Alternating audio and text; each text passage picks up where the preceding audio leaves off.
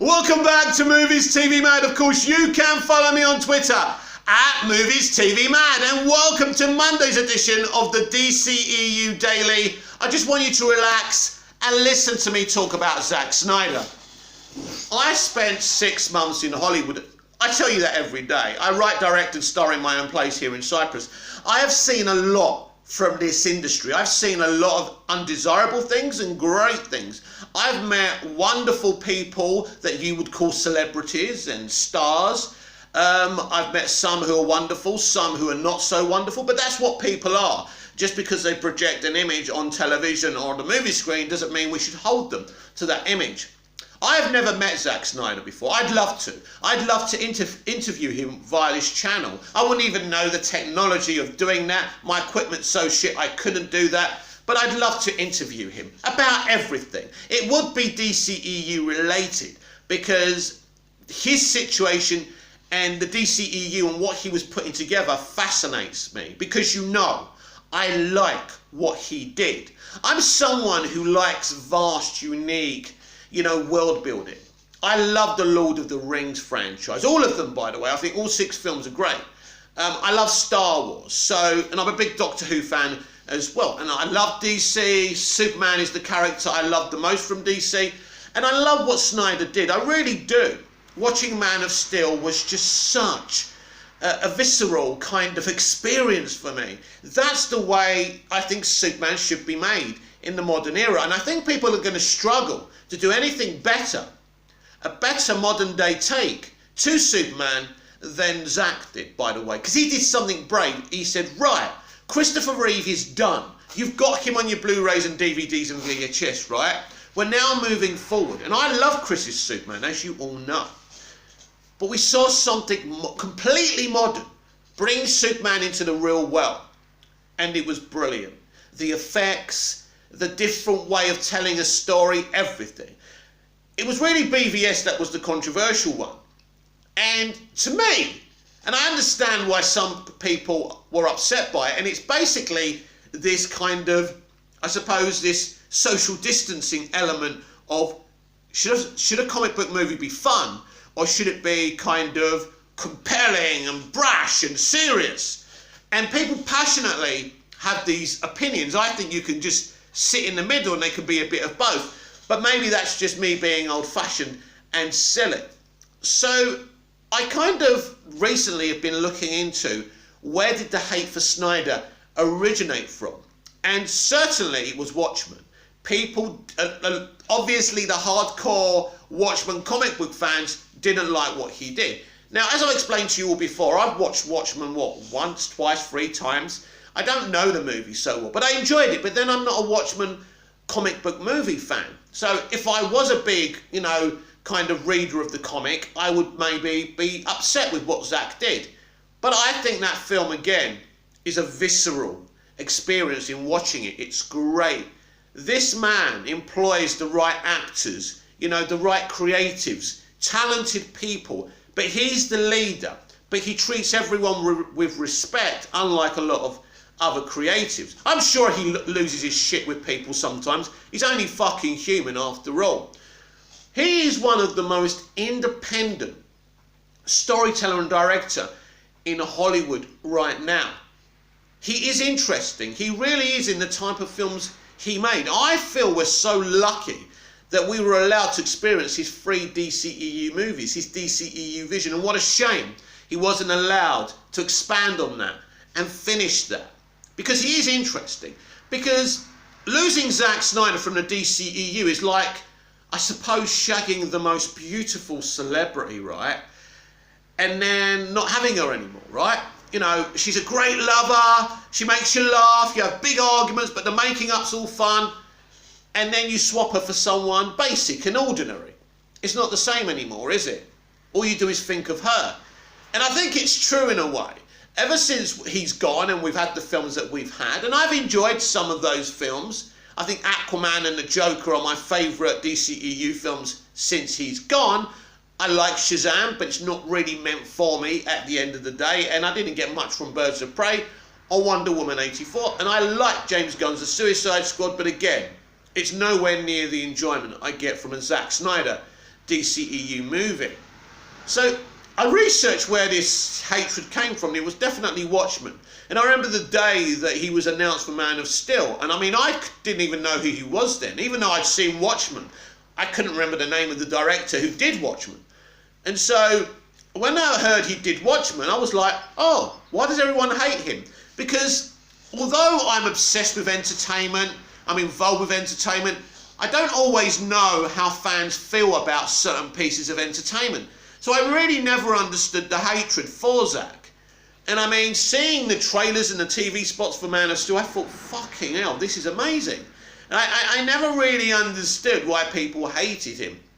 And it's like people just created, fake reasons for hating him.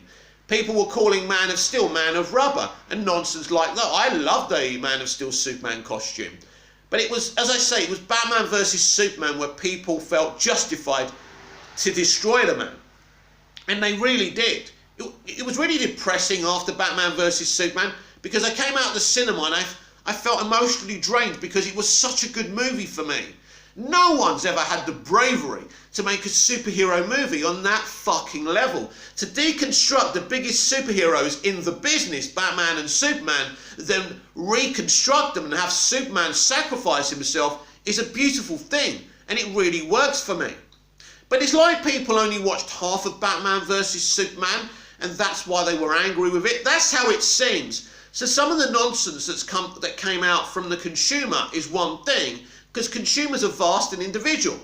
But when you hear actual reviewers and journalists from the entertainment industry saying the same things, and then you wonder who's right and who's wrong. I mean, am I right to love it? Of course you are. If you love it, you love it. But if you hate it, that's not wrong. That's where you're coming from. And that's okay. But I think you've got to hate it in a constructive way. Otherwise, you just look like a basic pie eater, like a lot of people do when they talk about Snyder. Some people hate on Snyder to get clicks and views. We've seen it. Snyder gets a lot of attention still. He's still living rent-free in so many people's hearts and minds. It's hilarious. It really is. But something happened when the Snyder Cut was released because not everyone was hating on it. Most people loved it. Of course, there's still the detractors who are going to keep on hating, but it's not as fashionable now to hate on Snyder. Look at the success of Army of the Dead and Army of Thieves, and Rebel Moon is going to be probably his biggest success of all time. So excited for that movie. And the level of hate he got was also shocking to me. I mean, they were going for this man personally. They were attacking him, his good wife Deb, who's also his business partner, his children. Even making disgusting comments about the suicide of his daughter, Autumn. I mean, what kind of people are these? We talk about trolling sometimes, and I mean, that's on another level. People get off on these kind of things. People who don't even understand the Snyder situation, him as a movie maker. But you can't really examine ruthless hate. There's no point looking into it. Why would someone kind of abuse, attack and name call somebody's children? That's on another level. Or attack their wives, or be personal about that person, or that person's religion, or anything like that. Stick to the project, stick to the content. Be constructive about your criticisms. It's not for you, it's not for you. But I've never seen a director have this level of hate before. But what was even more staggering with Zack Snyder, I'd never seen a studio hate a director in the terms that these people hate him. And of course there's different reasons for this. Now at first, they wanted rid of him because he wasn't making what they wanted. Now at first they were happy with him. What he was doing looked compelling and Lord of the Rings on another fucking level, right? But he was working on two of the biggest superheroes of all time. And people are going to have an opinion on that. It's like everyone has an opinion about the current iteration of Doctor Who because it's a huge IP. So you're not going to... What he was doing was on such a grand level, and he was focusing on Batman and Superman. And when you're going to do something, when you're going to change the game narratively so hugely, people are going to have an opinion. And I think that's the problem that Zack Snyder had, that he was working with Batman and Superman, and people just wanted to see traditional versions of Batman and Superman, especially Superman. But Zack had a different plan, a great plan. And what I like about his plan is it's a 5-movie arc. And when he's done, Flashpoint happens, and you can have your Superman and Batman back. So I don't understand what people's beef were there. There are people who genuinely believe that everything should be happy and jokey and bright coloured in terms of Superman. And if that's how you feel, that's how you feel. But ultimately, I think history will be kinder to Zack Snyder and the inception of the DCEU, because now I think James Gunn's right. I think Martin Scorsese's right. I think Ridley Scott's right. They're just an empty shell now. I mean, James Gunn's The Suicide Squad is kind of a fuller shell, but it still resorts to a lot of humour in all the wrong places as far as I'm concerned. Zack Snyder doesn't really crack jokes in his movies. There's the odd piece of humour, of course. There's nothing wrong with humour and bright colours, but Snyder was trying to do something vast. People have said that Snyder takes himself in his films and his characters too seriously. I don't agree with that. There's nothing wrong with doing something deeper and darker. What he did was give superheroes life for a little bit longer. He made them interesting, but they were different, and people don't like in Man of Steel. People hate what they don't understand. So they hated Snyder because they didn't get what he was attempting to do. They didn't get what he was attempting to do because they didn't give him a chance. They didn't wait for his arc to be completed. It's like everyone on the Doctor Who fandom hating the Timeless Children before knowing Chibnall's whole vision for the Timeless Child arc in Doctor Who. It's the same thing. It's the same analogy here, where I loved Man of Steel and BVS, and I thought, bring the rest on. He's brought in David Ayer to do the Suicide Squad. Those two are going to work together. Let that happen. Don't bring Jeff Johns, Patty Jenkins in. Let Zack bring in his Wonder Woman director to continue that. And that would have been great. Now, I like the first Wonder Woman movie. It's one of my favourite CBMs. But still, it kind of strips it away from Zack's vision. That's when they started moving away from Zack, which is a shame. And then you go to Justice League, and Aquaman's a bit brighter, and it's a bit different than Zack foresaw it. It's still great. I think James Wan did a great job. As I said, you know, after Zack Snyder left the DCEU, Aquaman and the Joker movie are my favourite movies, but I think it's actually been going downhill ever since. So it'll be interesting what happens next year. Still without Snyder, because it's a big year next year, as I say every single episode of the DCEU. These films have to be vast and they have to be interesting, because if the DCEU is going in the direction of the sandwich you take a chomp off of, then move on to the next one, like the MCU, the chewing gum that runs out of flavour quickly, if that's what we're doing as well, then I'm not interested in that. And I will fight even harder than I am now to restore the Snyderverse. This has been the DCEU Daily. I'm Mick, your host with the most. Just ask your girlfriends and your wives. Please like, share, comment and subscribe. Hit the notification bell so you never miss this perfection.